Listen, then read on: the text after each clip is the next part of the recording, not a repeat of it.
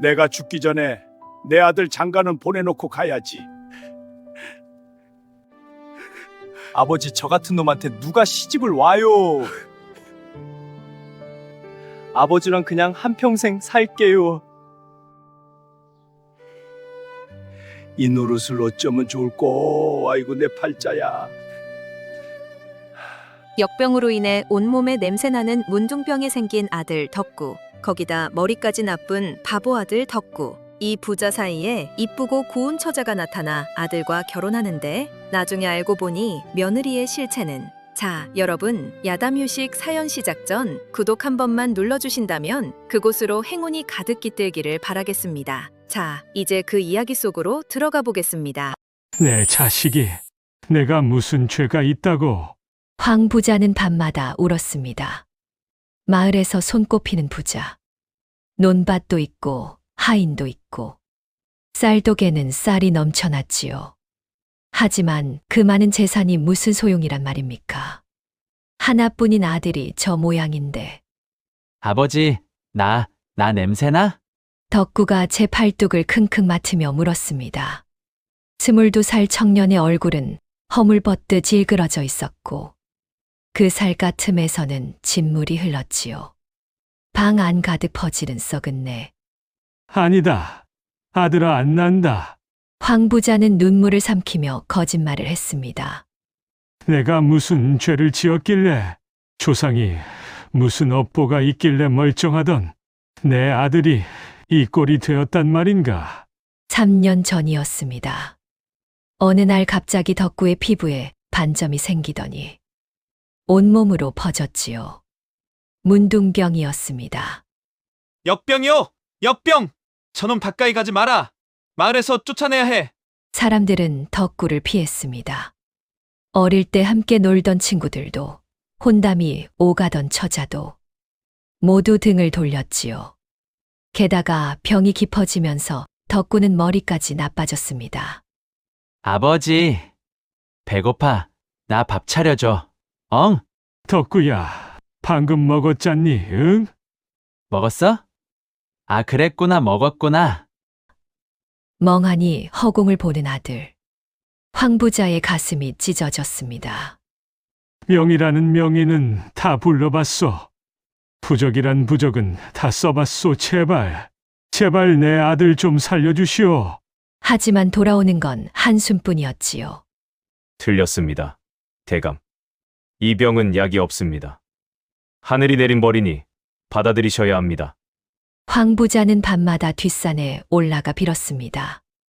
맨발로 돌밭을 걸으며 이마가 깨지도록 절을 하며 산신령님, 용왕님, 하느님, 내 목숨을 가져가시오. 내 전 재산을 가져가시오. 제발 내 아들만. 그러던 어느 날이었습니다. 웬 처자가 대문 앞에 서 있었습니다.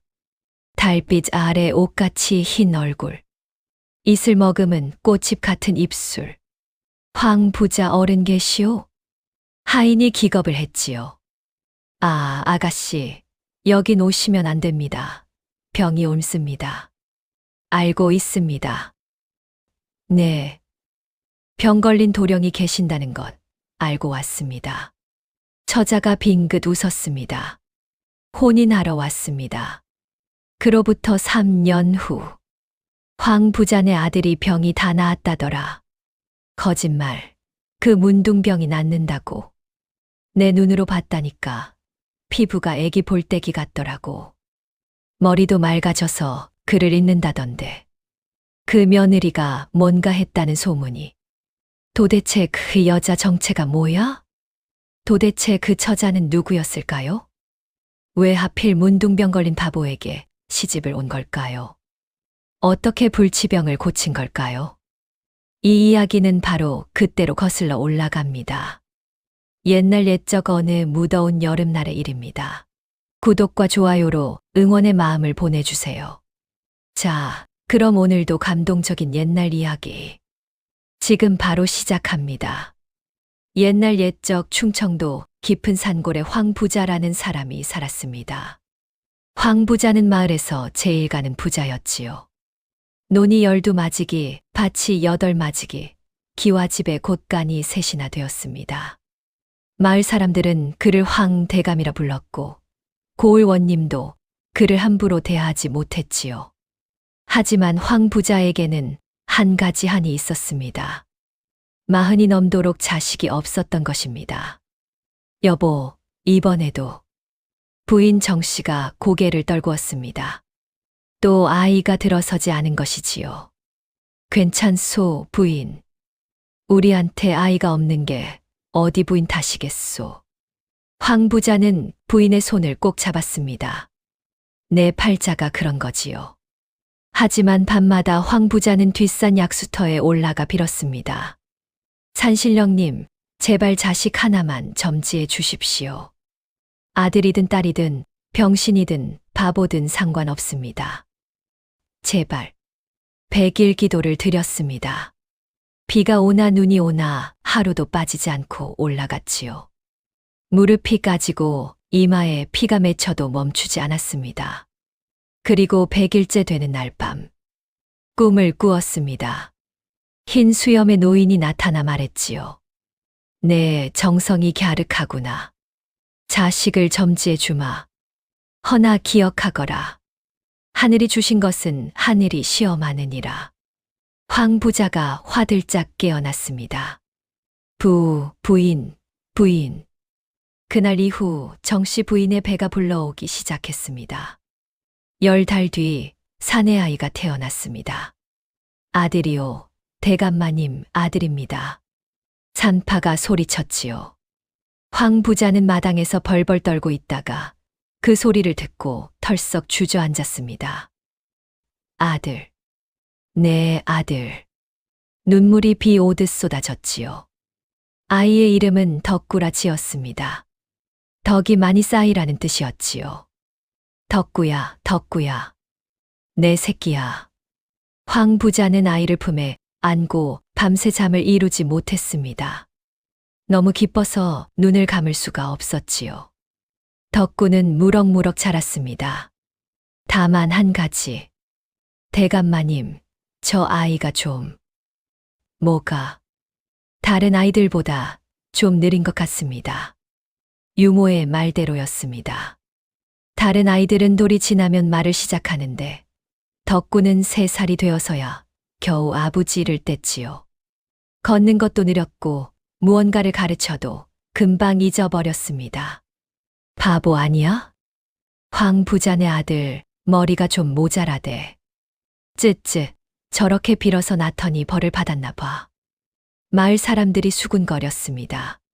황 부자는 이를 악물었지요. 상관없다. 바보면 어떠냐. 내 아들인 것만으로 충분하다. 덕구는 10살이 되었습니다. 그를 가르쳐봤지만 소용이 없었지요. 천자문 첫 글자 하늘 천을 100번을 가르쳐도 다음 날이면 잊어버렸습니다. 덕구야, 이게 뭔 글자지? 하늘. 그래, 잘했다. 그럼 이건? 모르겠어. 어제 가르쳤잖아. 땅지야. 아, 땅지. 황 부자는 한숨을 삼켰습니다. 괜찮다. 글을 몰라도 된다. 건강하기만 하면 된다. 그래도 덕구는 착했습니다. 마을에 거린이 오면 제 밥을 덜어주었고 다친 새를 보면 울면서 집에 데려왔지요. 길에서 지렁이가 말라가면 물을 떠다 부어주었고 개미가 물에 빠지면 나무잎을 띄워 건져주었습니다.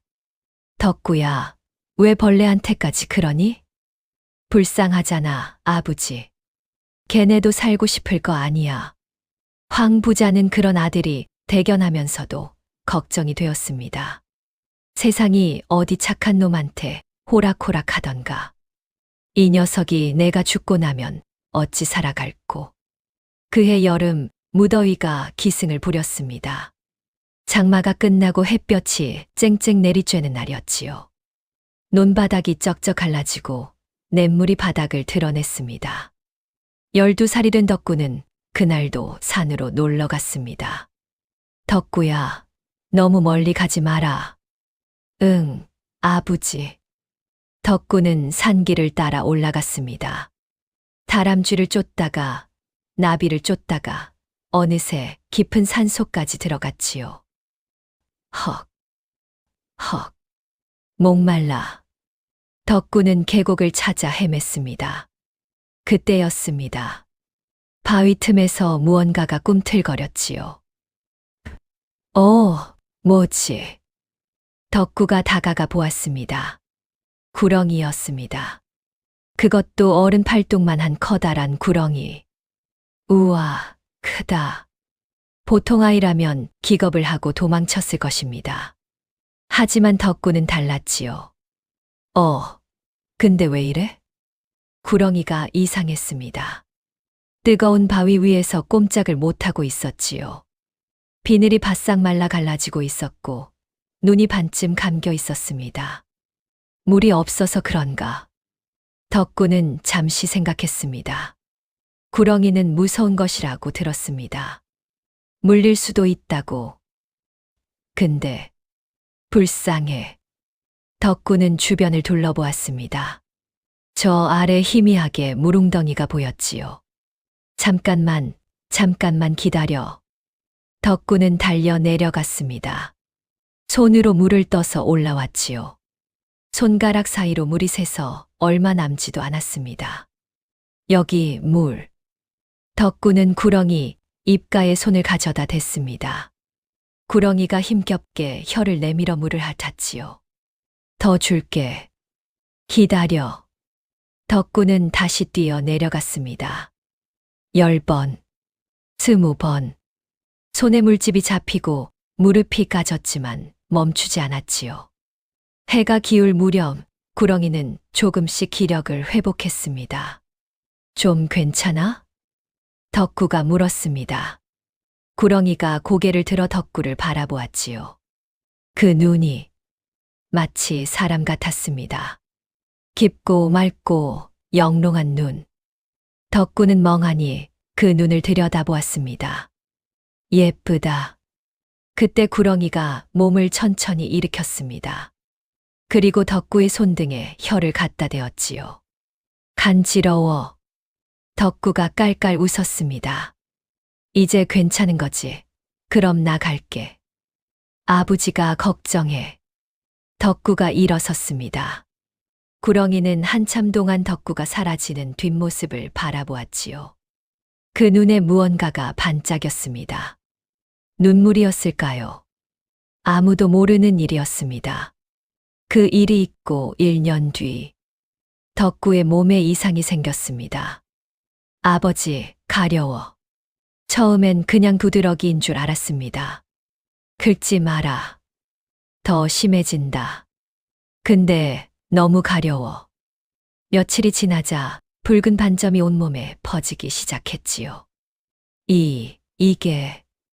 황 부자가 불길한 예감에 의원을 불렀습니다. 의원의 얼굴이 창백해졌지요.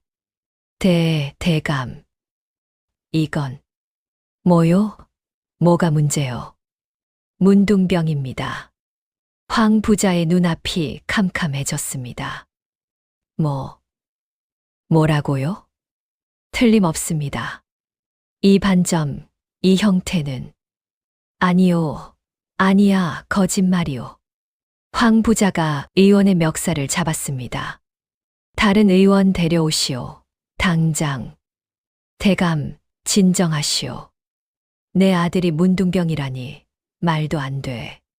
3명의 의원이 더 왔습니다. 모두 같은 진단이었지요. 문둥병입니다. 약이 없습니다. 격리하셔야 합니다. 그날 밤 황 부자는 아들의 방 앞에 앉아 밤새 울었습니다. 아버지, 왜 울어? 덕구가 문틈으로 물었지요. 안 울어. 아버지, 안 울어. 거짓말. 나 바본데 바보도 그건 알아. 황 부자는 입술을 깨물었습니다. 덕구야. 응. 아버지가 꼭 낫게 해줄게. 나 아파. 어디가? 아니야. 아무것도 아니야. 자거라. 문이 닫혔습니다. 황 부자는 주먹으로 땅을 쳤지요. 하늘이 주신 것은 하늘이 시험한다. 꿈속 노인의 말이 떠올랐습니다. 이게 그 시험이란 말입니까? 그날 이후 황 부자의 머리카락이 하얗게 새기 시작했습니다. 이마 갈등의 시작과 선택. 병은 빠르게 퍼져나갔습니다. 한 달이 지나자 덕구의 피부가 갈라지기 시작했지요. 손가락이 뒤틀리고 발가락이 오그라들었습니다. 아파. 아버지, 아파. 참아라, 아들아. 아버지가 반드시 낫게 해줄 테니. 황 부자는 전 재산을 털었습니다. 한양의 명의를 불렀지요. 이 병은 제 능력 밖입니다. 산속 도인을 찾아갔습니다. 업보가 깊어 어찌할 수 없소. 무당을 불러 구슬했습니다. 원기가 붙었으나 떼어낼 수 없습니다. 모두 고개를 저었지요. 황 부자는 미쳐갈 것 같았습니다. 설상가상으로 마을 사람들의 태도가 달라졌습니다. 황 부자네 가까이 가지 마라. 병 옮는다. 저 집 지나갈 때는 코 막고 빨리 가야 해. 오가던 사람들의 발길이 끊겼지요. 하인들도 하나둘 도망쳤습니다. 죄송합니다, 대감마님. 저도 식구가 있어서. 그래, 가거라. 탓 안 한다. 황 부자는 담담히 보내주었지요. 남은 건 늙은 종 마보기뿐이었습니다. 대감마님, 저는 안 갑니다. 마보가, 너도 가라. 병 옮으면 어쩌려고. 죽으면 죽었지. 저는 대감마님 곁을 못 떠납니다. 마복은 이 집에서 태어나 50년을 산 사람이었지요. 황 부자의 아버지 시절부터 함께했습니다. 고맙다, 마보가. 말씀 마시오, 대감마님. 정씨 부인은 날로 야위어갔습니다. 여보, 진지 좀 드시오. 입에 안 들어가오. 당신이나 드시오. 부인은 밤마다 아들 방 앞을 서성였지요. 덕구야, 엄마다. 어무이? 응, 엄마야. 오늘 좀 어떠니? 괜찮아. 근데 어무이 왜 안 들어와? 부인은 차마 방에 들어가지 못했습니다. 아들의 모습을 볼 때마다 가슴이 찢어지는 것 같았지요. 내일 들어갈게. 오늘은 좀 피곤해서. 응, 어무이. 잘 자. 부인은 문에 기대어 소리 없이 울었습니다. 그해 가을. 덕구의 병이 더 심해졌습니다. 피부가 문드러지기 시작한 것이지요. 방 안에서 썩은 내가 진동했습니다. 아버지, 나 냄새나지? 덕구가 물었습니다. 이젠 머리까지 나빠져서 같은 말을 하루에도 수십 번씩 했지요. 아니야. 안 나. 거짓말. 나도 알아. 나 냄새나. 덕구의 눈에서 눈물이 흘렀습니다. 아버지, 나 죽는 거야? 무슨 소리야. 죽긴 누가 죽어. 마을 사람들이 그랬어. 문둥이는 다 죽는다고. 그 사람들 말 듣지 마. 아버지가 꼭 낫게 해줄게. 아버지. 응. 나 때문에 힘들지. 황 부자는 숨이 막혔습니다. 아니야. 전혀. 거짓말쟁이. 덕구가 힘없이 웃었지요. 바보도. 그런 건 알아. 그해 겨울 정씨 부인이 쓰러졌습니다. 과로와 상심 때문이었지요. 부인. 황 부자가 달려왔습니다. 부인은 식음을 전폐한 지 이미 며칠째였지요. 여보. 미안해요. 무슨 소리요? 정신 차리요. 내가 덕구한테 잘해주지 못했어요. 부인. 차마 들어가지를 못했어요. 그의 모습 볼 때마다 부인의 눈에서 눈물이 흘렀습니다. 무서웠어요. 내 아들인데 무서웠어요. 부인, 그만하시오. 저 벌 받는 거예요. 제가 벌 받는 거예요. 그날 밤 부인은 숨을 거두었습니다. 어무이, 어무이. 덕구가 방에서 소리쳤습니다. 어무이 어디 갔어? 어무이? 황 부자는 차마 말을 할 수 없었지요. 덕구야. 어무이 보고 싶어. 어무이 불러줘. 어머니는 왜, 어무이 왜? 황 부자는 이를 악물었습니다. 먼 곳에 가셨다. 언제 와? 언제 오냐고. 곧 오신다. 곧. 그날 밤 황 부자는 뒷산에 올라가 하늘을 향해 절규했습니다. 이게 시험이요. 이게 시험이냐고요. 내가 무슨 죄를 지었소. 내 아들이 무슨 죄가 있소. 차라리 나를 데려가시오. 저 아이 대신 나를. 산이 울고 골짜기가 울었지요. 하지만 하늘은 대답이 없었습니다. 이듬해 봄, 황 부자는 결심했습니다. 아들아, 이제 아버지밖에 없다. 응. 아버지가 끝까지 내 곁에 있을 거야. 응. 아버지, 뭐라도 먹어야지. 오늘 죽 써왔다. 황 부자는 직접 아들의 방에 들어가기 시작했지요. 악취가 코를 찔렀습니다.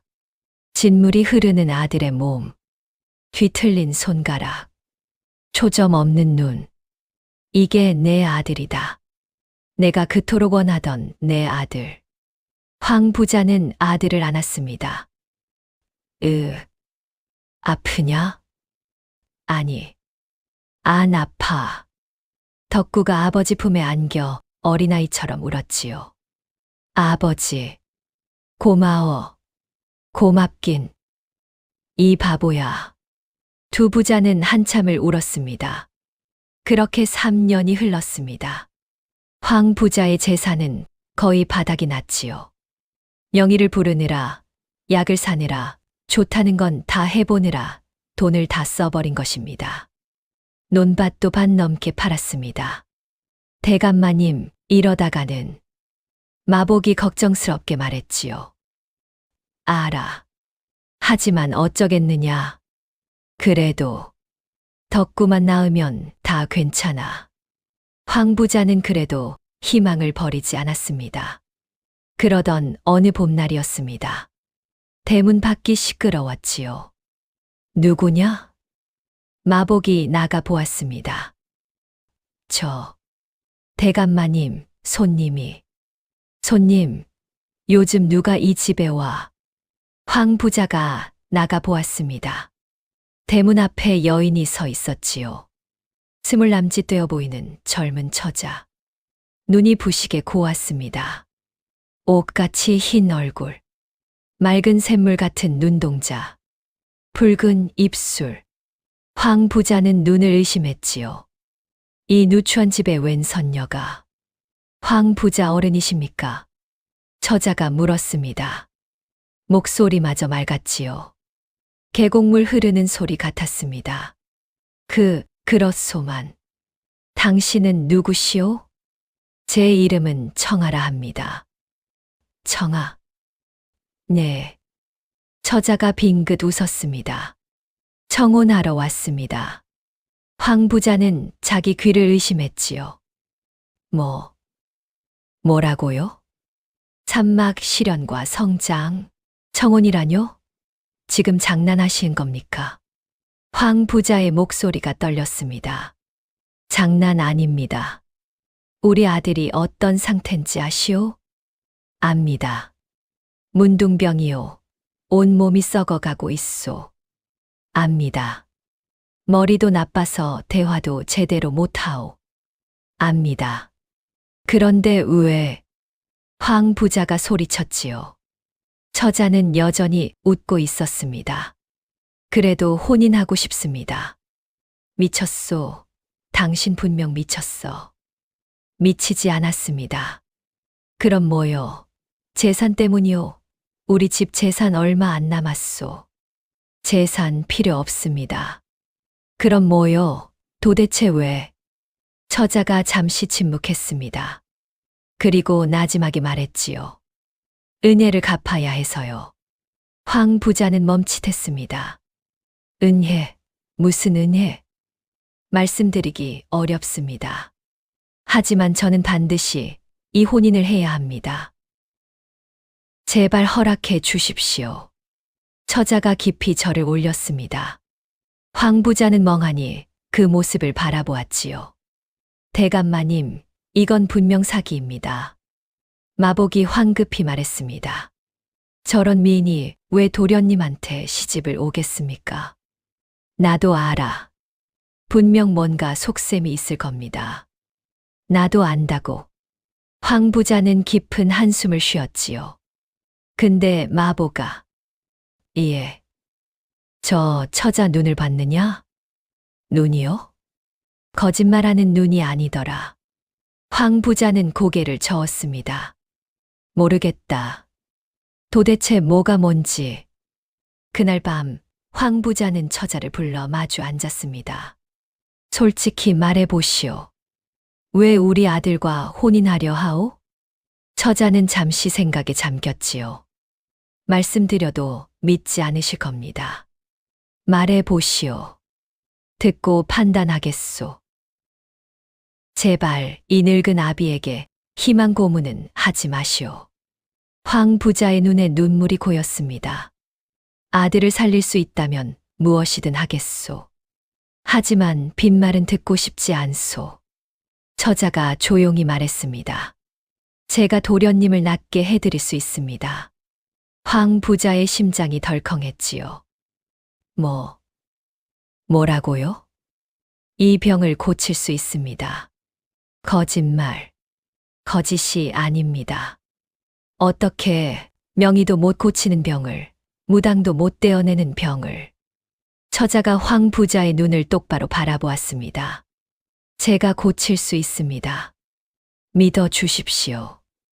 황 부자는 처자의 눈을 들여다보았지요. 깊고 맑고 영롱한 눈. 어디서 본 듯한 눈이었습니다. 황 부자는 이상하게 그 눈을 믿고 싶어졌습니다. 좋소. 허락하겠소. 마복이 기겁했지요. 대감마님, 정말로요. 그래. 하지만 마보가, 황 부자가 쓸쓸히 웃었습니다. 지푸라기라도 잡고 싶은 게 부모 마음이다. 만에 하나 정말 덕구를 고칠 수 있다면. 하지만 속는 거라면요? 그럼 속는 거지. 더 잃을 것도 없다. 황 부자는 처자를 바라보았습니다. 청아 아가씨. 네. 반드시 내 아들을 살려주시오. 목숨을 걸겠습니다. 혼례는 조촐하게 치러졌습니다. 손님은 한 명도 없었지요. 신랑은 제대로 서 있지도 못했습니다. 아버지, 이 누나 누구야? 내 아내다. 아내? 아내가 뭐야? 색시야. 내 색시. 색시. 덕구가 고개를 갸웃했지요. 청아가 다가와 덕구의 손을 잡았습니다. 진물이 흐르는 뒤틀린 손. 악취가 코를 찔렀지만 청아는 눈 하나 깜짝하지 않았지요. 저는 청아예요. 오늘부터 덕구님 곁에 있을 거예요. 청아.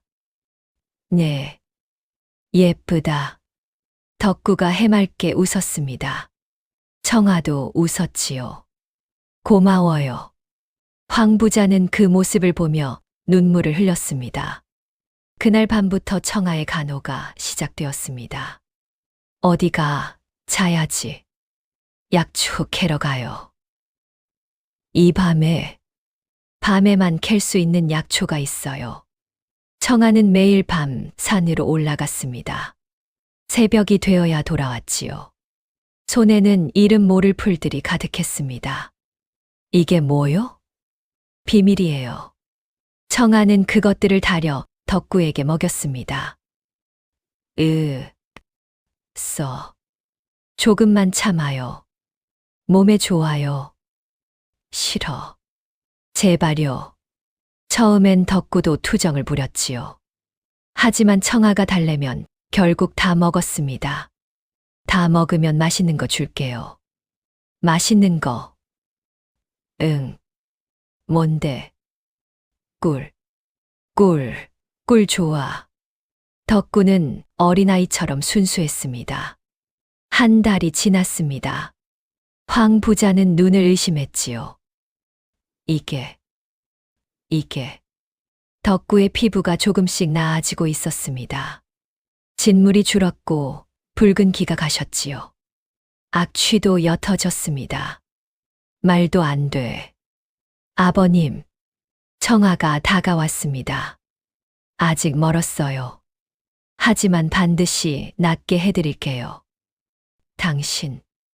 당신 대체. 묻지 마세요. 그냥 믿어주세요. 황 부자는 처자의 손을 덥석 잡았습니다. 고맙소. 눈물이 비 오듯 흘렀지요. 그런데 이상한 일이 있었습니다. 청아가 점점 야위어가는 것이었지요. 아가, 너 밥은 먹고 다니냐? 네, 아버님. 근데 왜 이렇게 얼굴이 헬쑥하니? 괜찮아요. 처음 왔을 때의 그 생기 넘치던 모습이 조금씩 사라져 갔습니다. 살이 빠지고 얼굴이 창백해졌지요. 정말 괜찮은 거요? 네, 걱정 마세요. 청아는 웃었지만 그 웃음이 힘겨워 보였습니다. 마복이 황 부자에게 귀띔했지요. 대감마님, 이상한 일이 있습니다. 뭐가? 제가 며느님 뒤를 밟아봤는데요. 왜 그런 짓을? 수상해서요. 마복이 목소리를 낮췄습니다. 며느님이 매일 밤 산에 가시지 않습니까? 약초 캐러 간다고 했잖아. 근데요, 대감마님. 마복이 떨리는 목소리로 말했지요. 며느님이 뱀이랑 얘기를 하고 있었습니다. 산속 바위 밑에서 구렁이랑 뭔가 주고받고. 황 부자의 얼굴이 굳어졌습니다. 그게 정말이냐? 제 눈으로 똑똑히 봤습니다. 그날 밤 황 부자는 청아의 뒤를 몰래 밟았습니다. 산길을 따라 올라가자 깊은 숲속 바위 틈에서 불빛이 보였지요. 황 부자는 나무 뒤에 숨어 지켜보았습니다. 청아가 무릎을 꿇고 앉아 있었습니다. 그 앞에는 거대한 구렁이가 다리를 틀고 있었지요. 언니, 청아가 입을 열었습니다. 부탁이야. 조금만 더 힘을 빌려줘. 안 돼, 청아.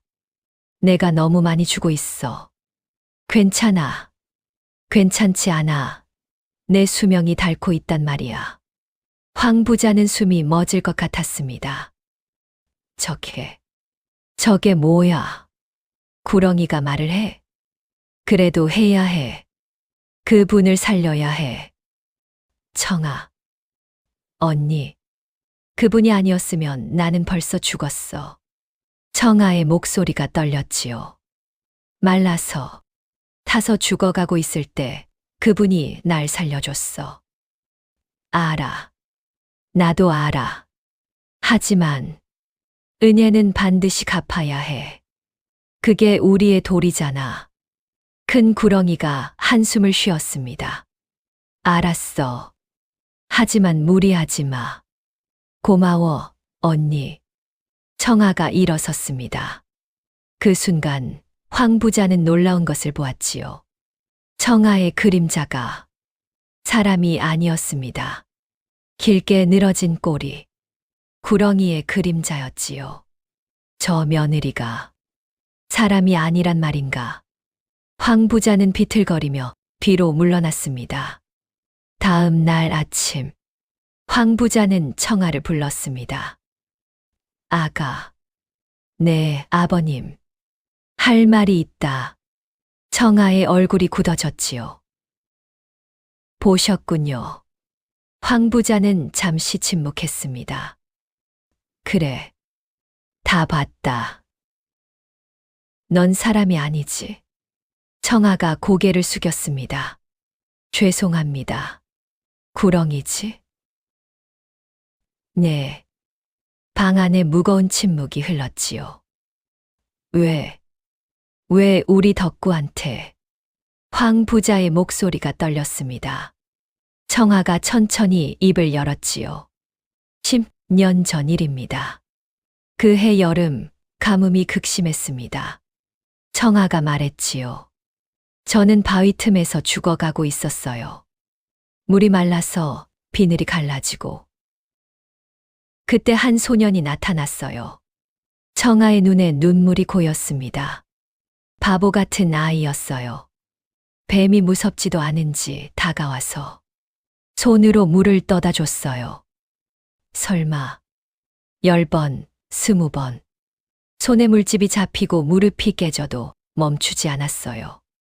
청아가 미소 지었습니다. 그리고 말했죠. 예쁘다고. 덕구가? 네. 황 부자의 눈에서 눈물이 흘렀습니다. 저는 그때 맹세했어요. 이 은혜는 반드시 갚겠다고. 그래서 100년을 수행했어요. 사람이 되기 위해. 100년. 네. 구렁이가 사람이 되려면 100년이 걸려요. 저는 그때부터 수행을 시작했어요. 청아가 황 부자의 손을 잡았습니다. 아버님, 저는 덕구님을 반드시 살릴 거예요. 그게 제 소원이에요. 황 부자는 한참을 말이 없었습니다. 이게 꿈인가, 생시인가? 구렁이가 사람이 되어 며느리가 되다니. 하지만 이상하게도 무섭지 않았습니다. 오히려 가슴 한구석이 따뜻해졌지요. 청아야. 네. 내가 뭐든 내 며느리인 건 변함없다. 아버님, 고맙다. 내 아들을 살려줘서. 황 부자가 청아를 안았습니다. 청아가 소리 없이 울었지요. 하지만 문제가 있었습니다. 마복이 이 비밀을 알게 된 것이지요. 대감마님, 저건 요괴입니다. 마보가 진정해라. 진정이요. 구렁이가 사람으로 둔갑해서 들어왔다고요. 알아. 나도 알아. 쫓아내야 합니다. 당장. 마복이 흥분해서 소리쳤습니다. 황 부자가 조용히 말했지요. 마보가. 예. 저 아이가 덕구를 살리고 있다. 하지만요. 다른 건 다 실패했어. 명의도, 무당도, 도인도. 근데 저 아이는 해내고 있어. 덕구가 점점 나아지고 있단 말이다. 마복이 입을 다물었습니다. 그러니 제발. 이건 비밀로 해다오. 대감마님. 부탁이다. 이 늙은이의 마지막 소원이다. 마복은 한참을 망설이다가 고개를 끄덕였지요. 알겠습니다. 고맙다. 계절이 바뀌었습니다. 봄이 지나고 여름이 오고 가을이 가고 겨울이 왔지요. 덕구는 놀라운 속도로 회복해 갔습니다. 피부가 깨끗해졌고 손가락이 펴졌지요. 악취는 완전히 사라졌습니다. 아버지, 나 오늘 글 읽었어. 뭐? 하늘천, 땅치, 맞지? 덕구가 환하게 웃었습니다. 황 부자는 믿을 수가 없었지요. 이게 진짜. 청아 누나가 가르쳐줬어. 청아가. 응. 누나 짱 좋아. 덕구가 청아를 바라보며 웃었습니다. 청아도 웃었지요. 하지만 그 얼굴은 더욱 창백해져 있었습니다. 황 부자는 걱정이 되었습니다. 아가, 너 요즘 밥은 먹고 다니냐? 네. 거짓말 마라. 점점 야위어 가잖아. 대체 왜 이러는 거야? 청아는 대답하지 않았습니다. 그날 밤 황 부자는 다시 청아의 뒤를 밟았지요. 산속 바위에서 청아가 다시 큰 구렁이와 대화하고 있었습니다. 언니, 더 이상은 못 줘. 그래도 해야 해. 내 수명이 반도 안 남았어. 상관없어. 청아. 큰 구렁이가 울먹였습니다. 왜 이러는 거야? 내가 죽으면 어쩌려고. 덕구님이 완전히 나을 때까지만. 그러다 내가 먼저 죽어. 그래도 괜찮아. 청아가 조용히 웃었지요. 그분이 날 살려줬어. 10번, 20번, 손에 물집이 잡히고 무릎이 깨져도. 나도 그렇게 해야 해. 그게 도리야. 황 부자는 가슴이 찢어지는 것 같았습니다. 저 아이가 목숨을 깎아서 덕구를 살리고 있었구나. 눈물이 비 오듯 흘렀지요. 그 무렵 마을에 소문이 퍼지기 시작했습니다. 황 부자네 아들이 낳았다더라. 거짓말. 그 문둥병이? 내 눈으로 봤다니까. 피부가 애기 볼때기 같더라고. 사람들이 웅성거렸지요. 그 소문은 고을 원님의 귀에까지 들어갔습니다. 뭐, 문둥병이 나았다고? 예, 사또. 황 부자네 아들이. 그게 말이 되느냐? 문둥병은 불치병이야. 원님이 벌떡 일어났습니다. 분명 요사스러운 짓이 있을 게다. 당장 조사하라. 며칠 뒤 포졸들이 황 부자네 집에 들이닥쳤습니다. 황 부자, 나오너라. 무슨 일이요? 내 며느리를 끌고 가겠다. 뭐라고요? 청아가 끌려 나왔지요. 인연이 요사스러운 술법으로 병을 고쳤다는 소문이 있다. 그게 아니요. 닥쳐, 관하로 끌고 가라. 황 부자가 매달렸습니다. 안 됩니다. 제발. 하지만 포졸들은 막무가내였지요. 청아가 끌려가면서 황 부자를 바라보았습니다. 아버님, 걱정 마세요. 청아야, 덕구님을 잘 부탁드려요. 그 눈이 이별을 예감한 눈이었습니다. 관아에서 신문이 시작되었습니다. 내년 무슨 요술을 부렸느냐? 요술이 아닙니다. 거짓말 마라. 불치병을 고치다니 분명 요괴의 짓이다. 원님이 소리쳤지요. 사람의 탈을 쓴 요괴가 틀림없어. 당장 본색을 드러내라. 청아는 묵묵히 고개를 숙였습니다. 들키면 안 돼. 들키면. 하지만 원님은 악랄했지요. 좋다. 안 불면 방법이 있지. 원님이 손짓하자 포졸이 무언가를 가져왔습니다. 뱀을 잡는 덫이었지요. 요놈을 달궈라. 예. 시뻘겋게 달궈진 쇠가 청아의 팔에 닿았습니다. 청아가 비명을 질렀지요. 그 순간 팔에서 비늘이 돋아났습니다. 거봐라, 요괴다. 원님이 소리쳤습니다. 저것 봐라, 뱀이야, 구렁이 요괴다. 포졸들이 기겁했지요. 청아는 더 이상 숨길 수 없었습니다. 원래의 모습이 서서히 드러나기 시작했지요. 불태워라. 요괴는 불태워야 해. 안 됩니다. 제발.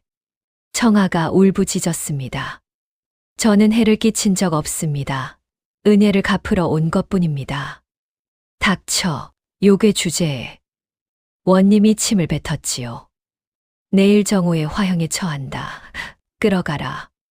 소식을 들은 황 부자가 관하로 달려왔습니다. 사또, 제발 살려주십시오. 닥쳐라, 이놈. 요괴를 며느리로 들인 죄로 너도 처벌받아야 마땅해. 제가 대신 죽겠습니다. 제발 청아만은. 끌어내라. 황 부자는 끌려나갔습니다. 그날 밤 옥에 갇힌 청아를 덕구가 찾아왔지요. 청아 누나. 덕구님, 어떻게 여기를? 담 넘어왔어. 힘들었어. 덕구가 철창 사이로 손을 내밀었습니다. 누나, 왜 여기 있어? 나쁜 짓 안 했잖아. 덕구님, 내가 말할게. 누나 안 나쁘다고. 누나 착하다고. 청아의 눈에서 눈물이 흘렀습니다. 고마워요. 누나, 울지 마. 내가 구해줄게. 옛날에 누나도 날 구해줬잖아. 청아가 멈칫했지요. 기억해요? 응. 기억나. 덕구가 웃었습니다. 뱀이었잖아. 예쁜 뱀. 덕구님. 근데 상관없어. 뱀이어도 누나는 누나야. 청아가 철창을 붙잡고 울었습니다. 덕구님. 덕구님. 울지 마. 내가 꼭 구해줄게. 다음 날 정오. 마을 광장에 사람들이 모여들었습니다. 장작더미 위에 청아가 묶여 있었지요. 요괴를 불태워라. 전연 때문에 마을에 재앙이 닥칠 뻔했어. 사람들이 소리쳤습니다. 황 부자는 무릎을 꿇고 빌었지요. 제발, 제발. 마복도 눈물을 흘렸습니다. 며느님, 원님이 손을 들었습니다. 불을 붙여라. 횃불이 장작에 닿으려는 순간 멈춰. 우렁찬 목소리가 울려 퍼졌습니다. 사람들이 돌아보았지요. 덕구가 달려오고 있었습니다. 그 뒤로 무언가가 따라오고 있었지요. 거대한 구렁이. 청아의 언니였습니다. 뭐야? 구렁이다. 요괴다, 요괴. 사람들이 비명을 지르며 도망쳤습니다. 포졸들도 혼비백산했지요. 큰 구렁이가 청아 앞에 섰습니다. 내 동생을 건드리는 자 용서치 않겠다. 뭐라고? 원님이 벌벌 떨었지요. 나는 이 산의 수호신이다. 100년을 수행하여 영물이 되었다. 수호신. 내 동생 청아는 은혜를 갚으러 온 것뿐이다. 그것이 무슨 죄란 말이냐?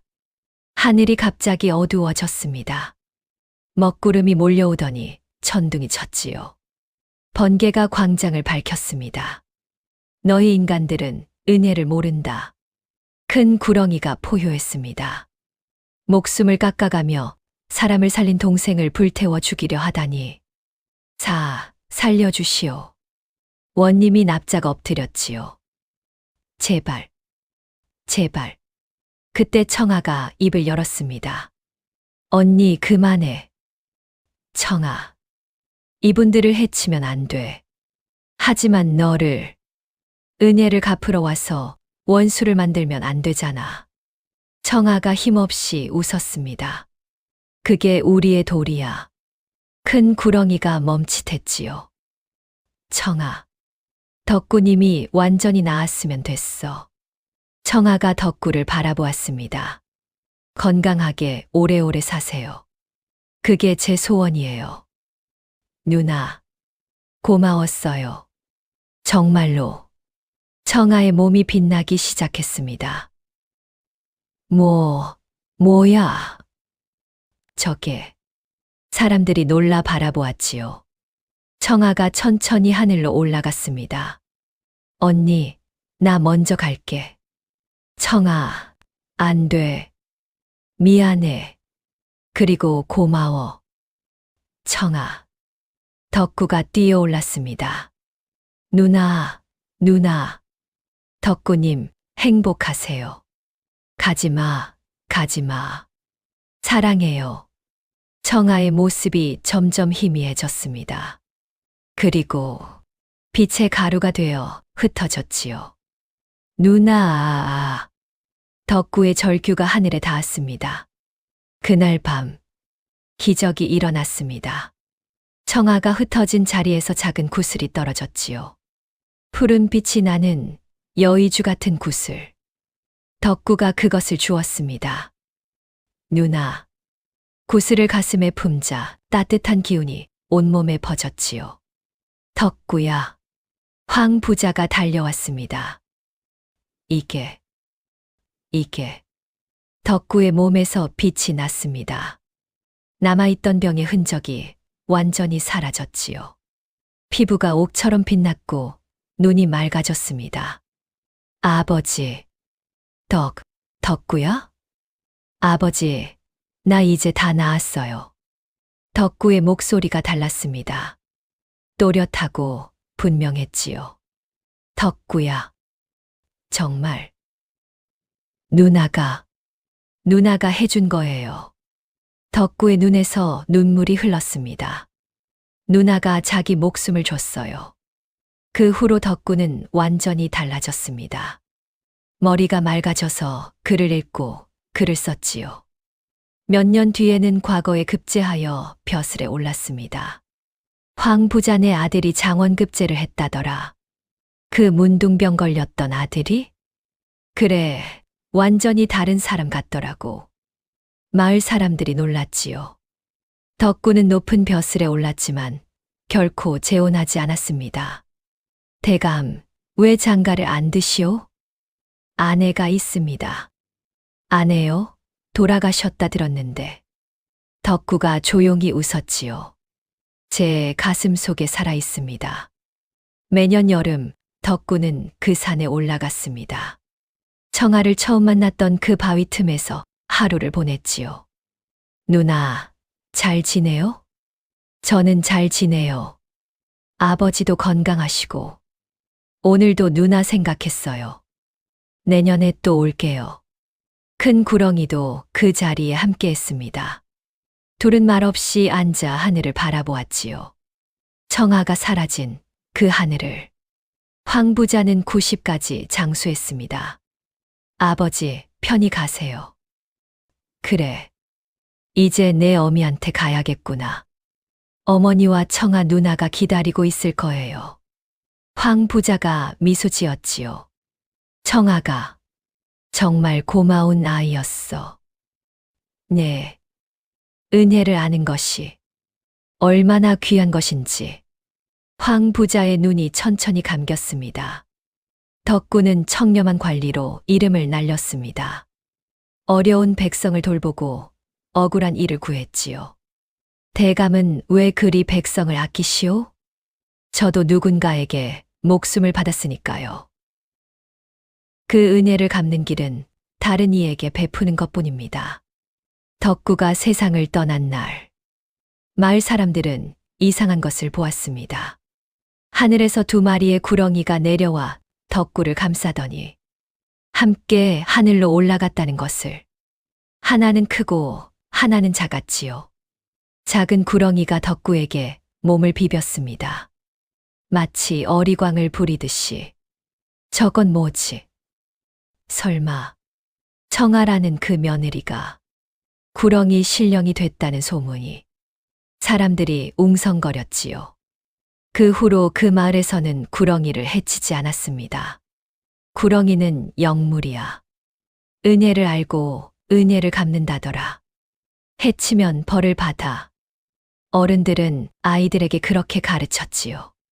그리고 매년 여름, 그 산 바위 틈에서는 맑은 물이 솟아났습니다.